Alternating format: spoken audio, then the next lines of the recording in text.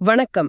இந்தியாவுடைய டிஜிட்டல் பண பரிவர்த்தனை உலகத்துல ஒரு ஆழமான பார்வைக்கு வரவேற்கிறோம். வணக்கம். உங்ககிட்ட இருந்து கிடைச்ச தகவல்களை வச்சு நாம இன்னைக்கு இந்திய தேசிய கொடுப்பனவு கழகம், அதாவது என்பிசிஐ, அப்புறம் அதுக்கு கீழே வர்ற பல சேவைகளை கொஞ்சம் அலசி பார்க்கலாம். ஆமா. இந்த தகவல்கள் பாத்தீங்கன்னா பெரும்பாலும் உண்மைகள், புள்ளி விவரங்கள் இருக்கிற குறிப்புகள் மாதிரி இருக்கு.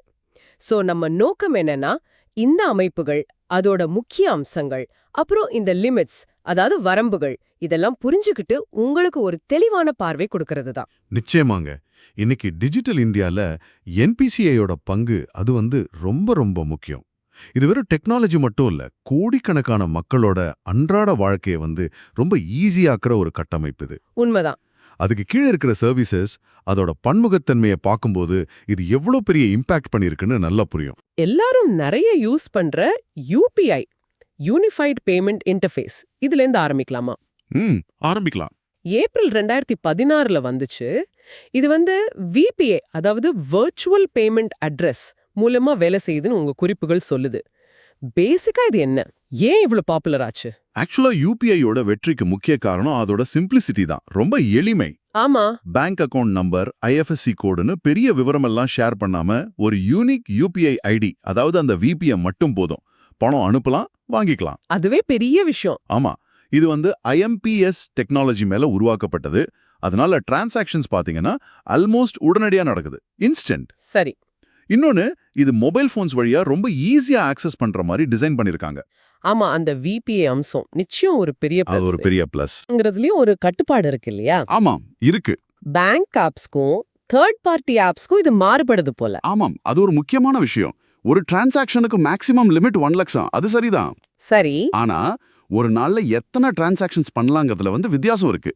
உங்க பேங்கோட ஓன் ஆப் யூஸ் பண்ணீங்கன்னா ஒரு நாளைக்கு 20 டிரான்சாக்ஷன்ஸ் வரைக்கும் கூட அலோவ் பண்ணுவாங்க சில பேங்க்ஸ். ஓ, அப்படியா? ஆனா கூகுள் பே, போன் பே மாதிரி தேர்ட் பார்ட்டி ஆப்புகள், அதாவது டிபிஏபிகள் யூஸ் பண்ணா இந்த எண்ணிக்கை பொதுவா 10 குறைச்சிருக்காங்க. ஓகே. இது எதுக்கு? இது ஒரு சேஃப்டி மெஷராவும் இருக்கலாம். அப்புறம் சிஸ்டம்லோட கண்ட்ரோல் பண்ணவும் இது ஹெல்ப் பண்ணுது. இன்னொன்னு, யூபிஐ வச்சு ஏடிஎம்ல பணம் எடுக்கிற வசதியும் இருக்கு. அதுக்கு டெய்லி லிமிட்டும் 1 லட்சம். ஓகே. அப்போ யூபிஐக்குள்ளேயே வெவ்வேறு தேவைகளுக்கு ஏத்த மாதிரி சில வேரியன்ட்ஸ் கொண்டு வந்திருக்காங்க. உங்க குறிப்புகள்ல யூபிஐ லைட் பத்தி இருக்கு. ஆமா, யூபிஐ லைட். இது நார்மல் யூபிஐல இருந்து எப்படி வித்தியாசப்படுது? இது எந்த மாதிரி யூசேஜ்க்கு கரெக்டா இருக்கும்? யூபிஐ லைட் செப்டம்பர் 2022ல வந்தது.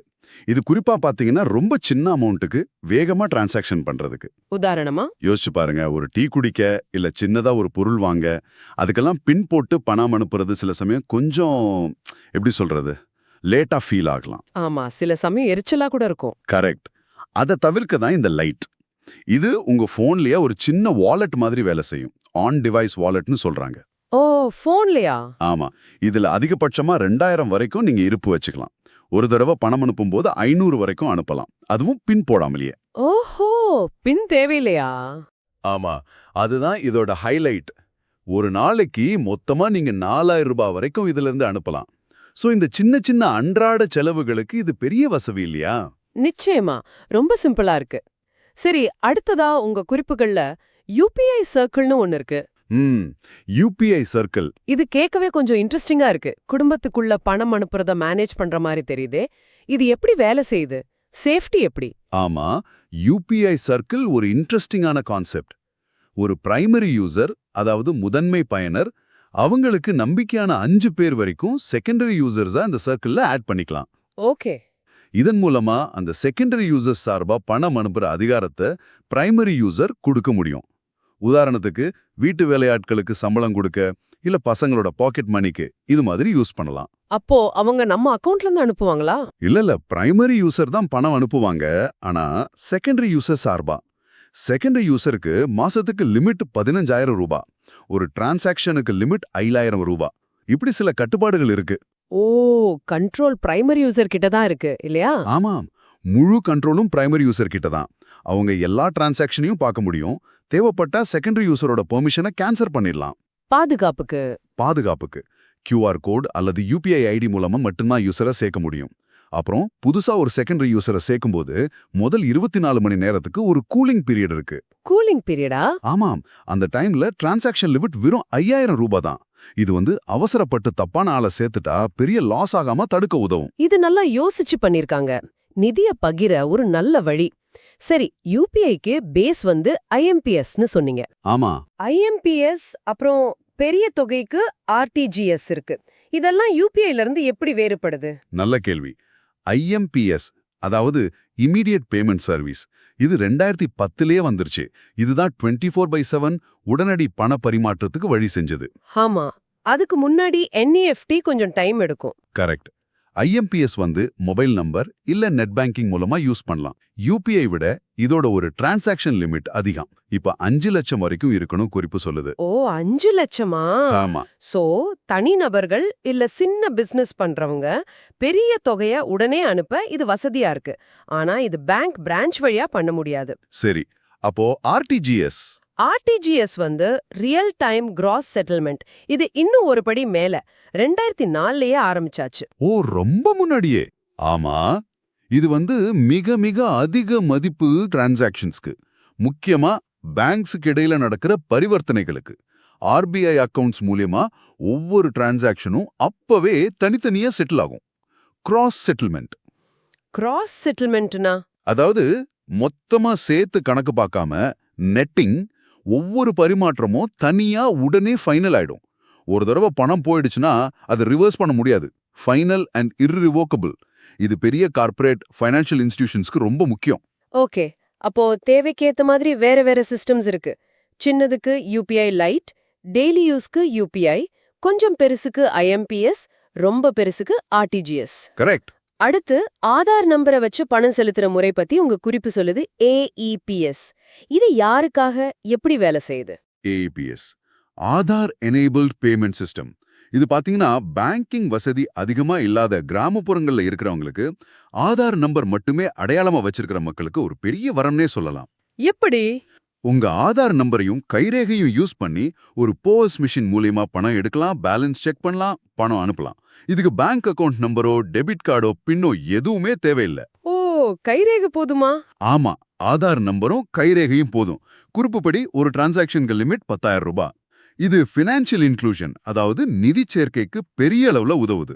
டெக்னாலஜி எப்படி எல்லாரையும் சென்றடையுதுங்கிறதுக்கு இது நல்ல உதாரணம். இதே மாதிரி ஒரு குறிப்பிட்ட பர்பஸ்க்கு மட்டும் யூஸ் பண்ற மாதிரி ரூபி பத்தியும் குறிப்புகள்ல இருக்கு. ஆமா, ரூபி. இது ஒரு வவுச்சர் மாதிரி வேலை செய்யுமா? சரியா சொன்னீங்க. ரூபி ஆகஸ்ட் 2021ல வந்தது. இது ஒரு டிஜிட்டல் வவுச்சர். இது ஒரு குறிப்பிட்ட நபருக்கு ஒரு குறிப்பிட்ட நோக்கத்துக்காக மட்டும் அரசாங்கமோ இல்ல நிறுவனங்களும் கொடுக்கிறது. உதாரணமா கவர்மெண்ட் தடுப்பூசி போடுறதுக்கு ஒரு ரூபி வவுச்சர் கொடுத்தா அதை தடுப்பூசி சென்டர்ல மட்டும்தான் யூஸ் பண்ண முடியும், வேற எதுக்கும் யூஸ் பண்ண முடியாது. ஓ, பர்பஸ் ஸ்பெசிபிக். ஆமா, இதுவும் UPI பிளாட்ஃபார்ம்ல தான் வேலை செய்யுது. நலத்திட்டங்கள் சரியா போய் சேருதா, கரெக்டான பர்பஸ்க்கு யூஸ் ஆகுதான்னு உறுதி செய்ய இது ரொம்ப உதவுது. அரசு கொடுக்கிற வவுச்சருக்கு லிமிட் ஒரு வவுச்சருக்கு 1 லட்சம் ரூபாய் வரைக்கும் ஏத்திருக்காங்க. அந்த தொகை தீர்வரைக்கும் பல தடவை யூஸ் பண்ணிக்கலாம்.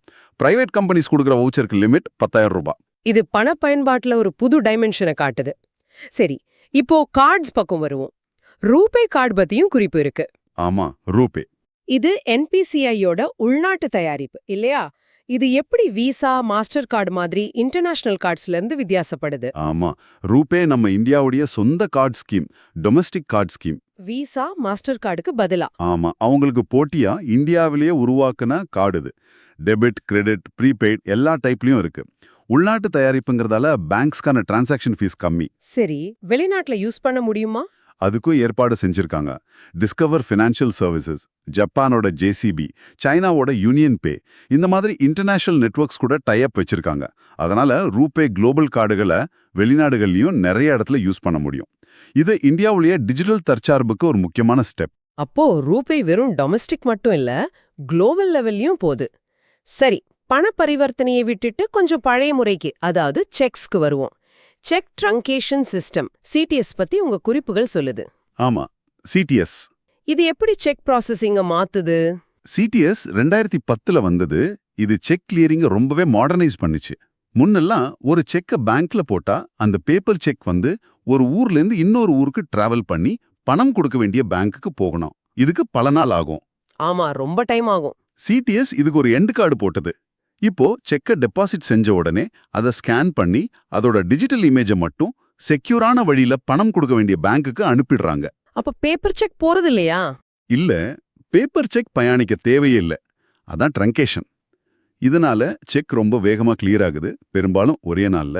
செலவு கம்மியாகுது, செக் தொலைஞ்சு போறது, ஃப்ராட் நடக்கிறதுக்கான சான்ஸும் குறையுது. அப்ப இதுவும் டிஜிட்டலைசேஷனோட ஒரு பார்ட் தான். ஆனா செக்ஸுக்கு சரி, ரெகுலரா பண்ண வேண்டிய பேமெண்ட்ஸ், பில் கட்டுறது, இதுக்கெல்லாம் என்ன சொல்யூஷன்ஸ் இருக்கு? NSEH, BBPS பத்தி குறிப்புகள் பேசுது. ஆமா, இதுவும் NPCI-யோட ரொம்ப முக்கியமான சர்வீசஸ். NACH, அதாவது நேஷனல் ஆட்டோமேட்டட் கிளியரிங் ஹவுஸ். இது பல்க் பேமெண்ட்ஸ், அதாவது அதிக எண்ணிக்கையிலான திரும்ப திரும்ப வர்ற பேமெண்ட்ஸை ஈஸியாக்குறதுக்கு உருவாக்கப்பட்டது. பல்க் பேமெண்ட்ஸ்னா? உதாரணமா, ஒரு பெரிய கம்பெனி ஆயிரக்கணக்கான எம்ப்ளாயீஸ்க்கு மாசம் சம்பளம் போடுறது, கவர்மெண்ட் சப்சிடிஸை லட்சக்கணக்கான மக்களுக்கு அனுப்புறது, loan EMI, insurance premium, mutual fund SIP இதையெல்லாம் ஆட்டோமேட்டிக்கா கலெக்ட் பண்றது, இதுக்கெல்லாம் NACH யூஸ் ஆகுது. ஓ, ஆட்டோ டெபிட் மாதிரி. ஆமா, இது நேரத்தையும் அட்மின் காஸ்டையும் ரொம்பவே குறைக்குது. சரி, அப்போ BBPS? BBPS Bharat bill payment system. இது ஒரு பெரிய கொடை மாதிரி. இதுக்கு கீழே பலவிதமான பில்ஸை கட்டலாம். என்னென்ன பில்? கரண்ட் பில், தண்ணி bill, gas, postpaid mobile, DTH, broadband, loan EMI, insurance பிரீமியம்னு நிறைய பில்லுகளை நீங்க ஒரே இடத்துல, அதாவது எந்த ஒரு பேங்க் ஆப், பேமெண்ட் ஆப் இல்ல ஆன்லைன் போர்ட்டல் மூலமாவும் கட்டலாம். எல்லாத்துக்கும் ஒரே இடமா? ஆமா, எல்லா பில்லர்களுக்கும் ஒரே பிளாட்ஃபார்ம், ஒரே மாதிரி எக்ஸ்பீரியன்ஸ். NPCI இதுக்கு சென்ட்ரல் யூனிட்டா, BBPCU இருந்து ஸ்டாண்டர்ட்ஸ் எல்லாம் செட் பண்ணுது. இது பில் கட்டுறத ரொம்ப ரொம்ப சிம்பிள் ஆக்கிருச்சு. இதுல இ-மேண்டேட் பத்தியும் ஒரு இன்ட்ரெஸ்டிங்கான பாயிண்ட் இருக்கு. ஃபாஸ்டாக், NCMC மாதிரி அக்கவுண்ட்ஸ்ல பேலன்ஸ் குறைஞ்சா ஆட்டோமேட்டிக்கா டாப் அப் ஆகுற வசதி. ஆமா, அது இ-மேண்டேட்டோட நெக்ஸ்ட் லெவல்னு சொல்லலாம். அது எப்படி?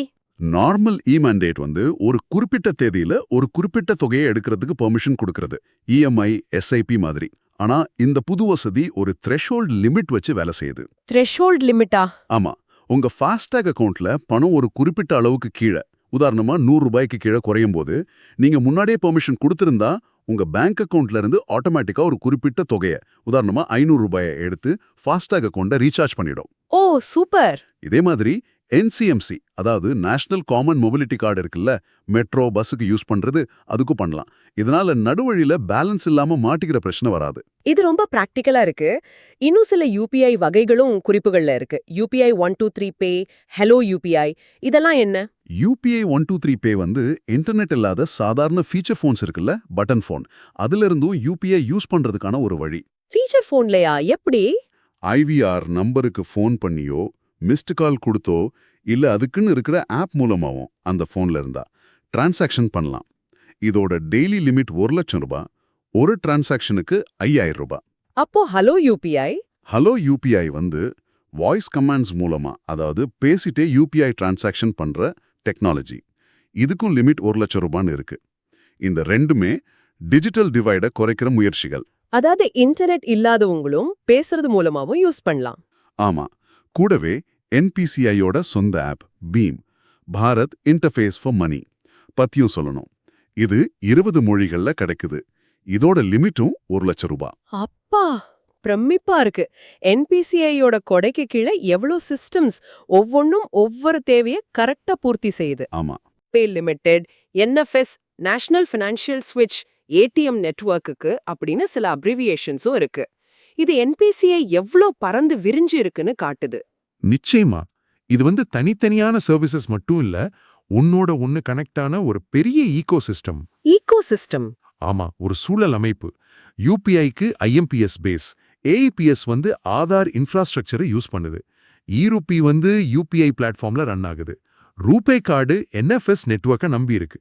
இப்படி எல்லாமே சேர்ந்து தான் இந்தியாவுடைய டிஜிட்டல் பேமெண்ட் இன்ஃப்ராஸ்ட்ரக்சரை ரொம்ப ஸ்ட்ராங் ஆக்குது. ஆஹா, உங்களுக்காக, அதாவது இந்த ஆழமான அலசல கேக்குற உங்களுக்காக இதெல்லாம் என்ன அர்த்தம் தருது? இந்த வெவ்வேறு சிஸ்டம்ஸ், அதோட லிமிட்ஸ், ஸ்பெஷல் ஃபீச்சர்ஸ் இதெல்லாம் தெரிஞ்சு வச்சுக்கிறது உங்க பணத்தை நீங்க டிஜிட்டலா ஹேண்டில் பண்ணும்போது உங்களுக்கு ஒரு கூடுதல் கான்ஃபிடன்ஸையும் வசதியையும் கொடுக்கும். ஆமாம், சின்ன கடைக்கு போனா UPI லைட் யூஸ் பண்ணலாமா? ஃப்ரெண்டுக்கு பணம் அனுப்ப UPI, கொஞ்சம் பெரிய பர்ச்சேஸ்னா IMPS யோசிக்கலாமா? பில் கட்ட BBPS எவ்வளோ ஈஸி? குடும்ப செலவுக்கு UPI சர்க்கிள் ஹெல்ப் பண்ணுமான்னு உங்க தேவைக்கு ஏத்த மாதிரி கரெக்டான டூலை நீங்க செலக்ட் பண்ண இது உதவும்.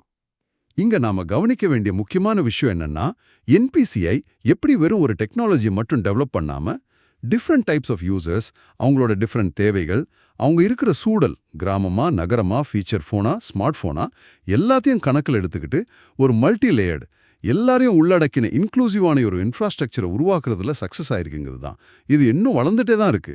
உங்களுக்கான ஒரு ஃபைனல் தாட். யூபிஐ சர்க்கிள் மாதிரி ஷேரிங் டூல்ஸ், அப்புறம் ஃபாஸ்டேக் ஆட்டோ டாப் அப் மாதிரி மேண்டேட் வசதிகள் இன்னும் பரவலாகும்போது ஃபியூச்சர்ல உங்களோட பர்சனல் ஃபினான்ஸ் மேனேஜ்மெண்ட்டையோ இல்ல உங்க சின்ன பிசினஸோட பணப்புழக்கத்தையோ இது இன்னும் எப்படியெல்லாம் மாத்தி அமைக்க வாய்ப்பு இருக்கு, இத பத்தி நீங்க யோசிச்சு பார்க்கலாம். நல்ல பாயிண்ட். இந்த விரிவான அலசல்ல எங்களோட இணைஞ்சதுக்கு ரொம்ப நன்றி.